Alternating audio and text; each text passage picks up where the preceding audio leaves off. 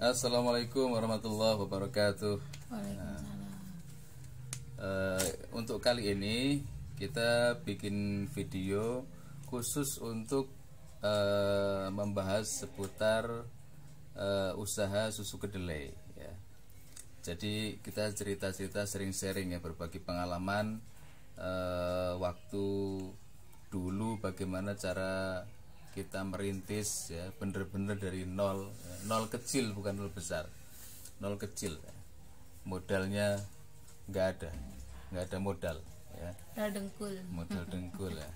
Kita cuma punya duit kurang dari 50.000, tapi alhamdulillah dengan uang yang terbatas kita bisa mensyukuri yang kecil itu, untuk mengharap rahmat dari Allah supaya dari modal yang kecil itu kita bismillah, kita ikhtiar, kita usaha apa nih yang dengan modal kurang dari 100.000 ini ya, malah bahkan di bawah 50.000, tapi bisa berpotensi menghasilkan yang lebih besar gitu. Sampai Akhirnya istri bilang, yang gimana kalau kita bikin susu kedelai? Saya bilang nggak ada modal. Terus saya bilang modalnya mungkin cukup gitu kan. Akhirnya ke pasar, cerita dong. Ya itu dengan duit segitu ya dapat kedelai kan. Iya. Kedelai 1 kilo kan dulu cuma berapa? 10.000. 10.000 1 kilo. Iya. Gulanya 13.000 1 kilo. Dulu kita bikin manis ya, manis. Tapi karena dulu di lapangan itu komplain kalau kemanisan nek gitu. Jadi juga ada yang punya riwayat sakit gula itu kan nggak berani minum itu. Mending maunya yang tawar gitu. Iya, malah dia milih tawar nggak pakai gula. Ya alhamdulillah, jadi bisa meminimalisir dari modal segitu. Kemudian kita nggak ada kendaraan ya, masih jalan kaki. Saya jalan kaki, istri bikin, saya jalan kaki.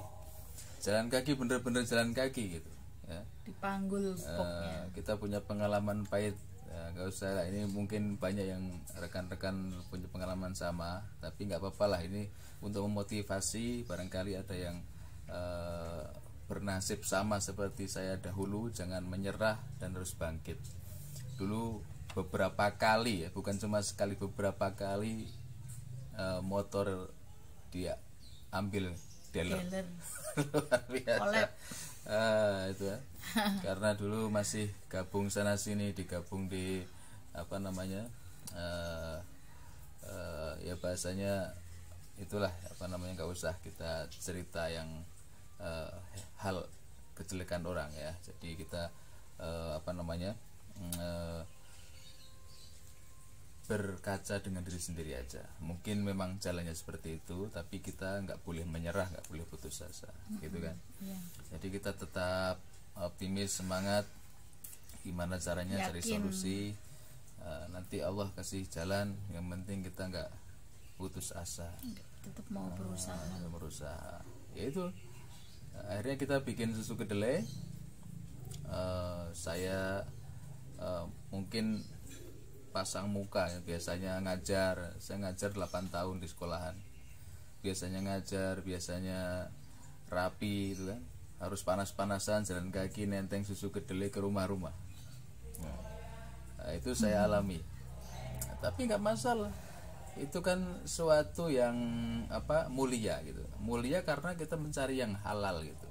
Walaupun mungkin kurang terhormat ya, nggak terhormat, nggak dihormati orang ya, nggak harus sanjung ya, nggak perlu, nggak butuh. Yang penting ini saya usaha, punya produk, hasil keringat sendiri ya, tanpa kita merugikan orang lain. Nah itu disitulah akhirnya itu menjadi jalan jembatan sampai sekarang masih berjalan susu kedelai kita. Alhamdulillah. Dulu keliling jalan kaki, ketemu klien, akhirnya suruh bantu ngajar, ada tambahan, ngajar ngaji dan sebagainya, dapat fasilitas motor dan sebagainya. Ya, itu dari pengalaman-pengalaman seperti itu. Dari masalah-masalah itu ternyata di dalam masalah itu solusinya nggak di luar masalah, justru solusi dengan masalah itu dia menyatu gitu. Innama al usri yusro, menyertai. Jadi kemudahan dan kesulitan itu ada dalam satu adonan gitu. Jadi kita berpikir kita dalam kondisi ada kesusahan, berarti kesusahan dan kemudahan itu menyatu gitu. Nah, ketika kita diberikan kesusahan, di dalamnya kemudahan, apa kemudahannya gitu kan. Nah, jadi kita berpikir udahlah kita lillahi ta'ala, jualan susu 1 kilo kita bikin itu jadi 1 box, luar biasa. 1 kilo itu modal 1 kilo kemudian bisa produksi menjadi 1 box susu kedelai. 1 box itu isi 70-an sampai 80 lah ya. Ya 1 kilo lebih lah, enggak 1 kilo amat. 1 kilo 2 cangkir, 2 canting atau apa. Nah itu bisa kisaran sampai 80-an bungkus. Itu ternyata saya kelilingkan dari rumah ke rumah.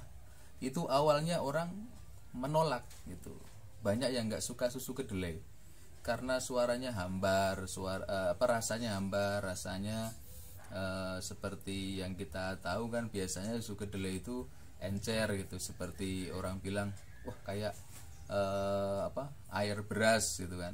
Tapi kalau kita bikin, istri punya resep turun menurun dari orang tua, jadi diajarkan, kemudian diolah lagi, kita modifikasi, menghasilkan olahan susu yang kualitasnya terbaik insya Allah ya. Kita juga jual dengan harga yang paling mahal di area Pamulang ini.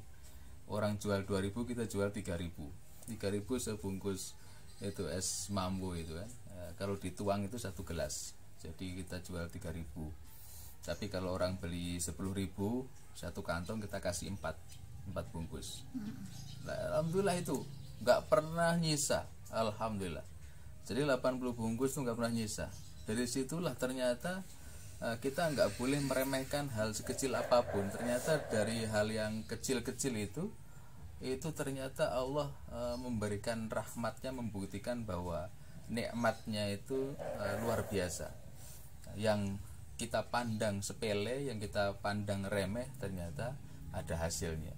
Nah itu kita rasakan sampai saat ini, susu kedelai. Ada yang mau disampaikan?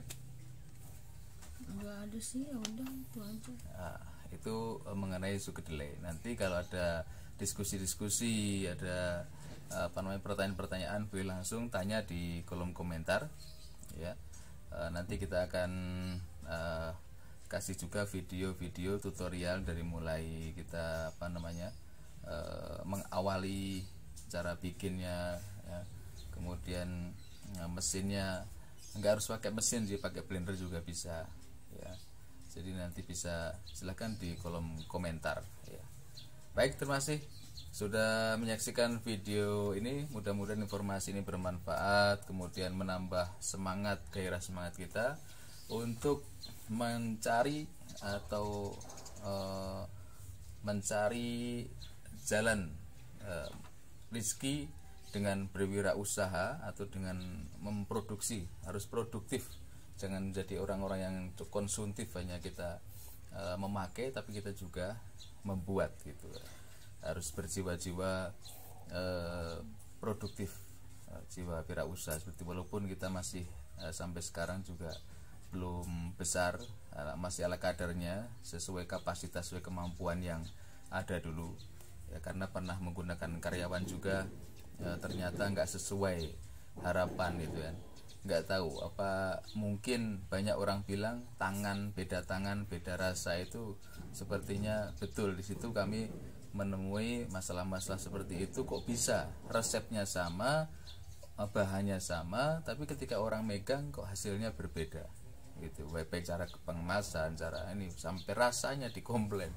Nah jadi kita udahlah, mungkin ini suatu kelebihan dari Allah Subhanahu Wa Taala, ya itu aja. Dan lupa subscribe dan channel ini, ikuti channel ini.